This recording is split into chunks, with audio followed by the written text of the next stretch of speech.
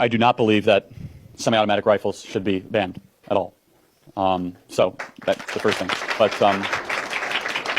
your Australia example, violent crime actually increased. So you have to look at the entire ecosystem of crime, not just mass shootings, because mass shootings actually account for a small percentage of all gun-related deaths in America.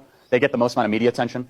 They get the most amount of sadness and thinking. But they actually contribute to a small sliver of the percentage of all gun-related crime. Do you know what the biggest part of gun-related crime in America? Anyone? Suicides. Do you know 66% of that 33,000 figure about gun crime is suicides? You know we're the only country in the world to count death by suicide as a gun death. So all of a sudden you remove that, we have 11,000 gun deaths every single year. It's a lot less than 33,000. So the gun advocates say, oh, confiscate the guns because of 33,000 gun deaths every single year. Well, technically that's true because of how we calculate the data. It's very, very deceiving.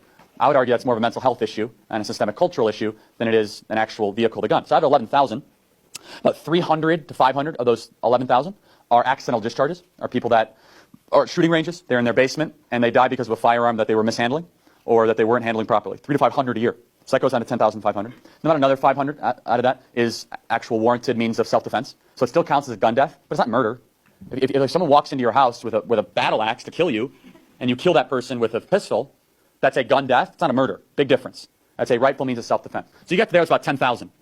90%, I'll repeat that, 90% of that remaining 10,000, 90% is with handguns in urban areas and gang-related violence. 90%. Now, what drives gang violence? Is it the weapon itself? Of course not. It just isn't.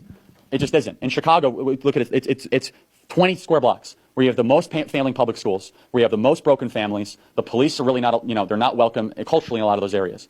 And I always find it interesting that in the gun control debate, when the statistics are that heavily slanted in that direction, immediately when something bad happens, the first thing that is said is somehow I have to give up my weapon because I did nothing wrong. Because I do it responsibly, I manage it properly, I store it correctly, I obey the laws, and it's my fault. I have to give up a weapon because some lunatic did something that had nothing to do with what I did. I completely and totally reject that.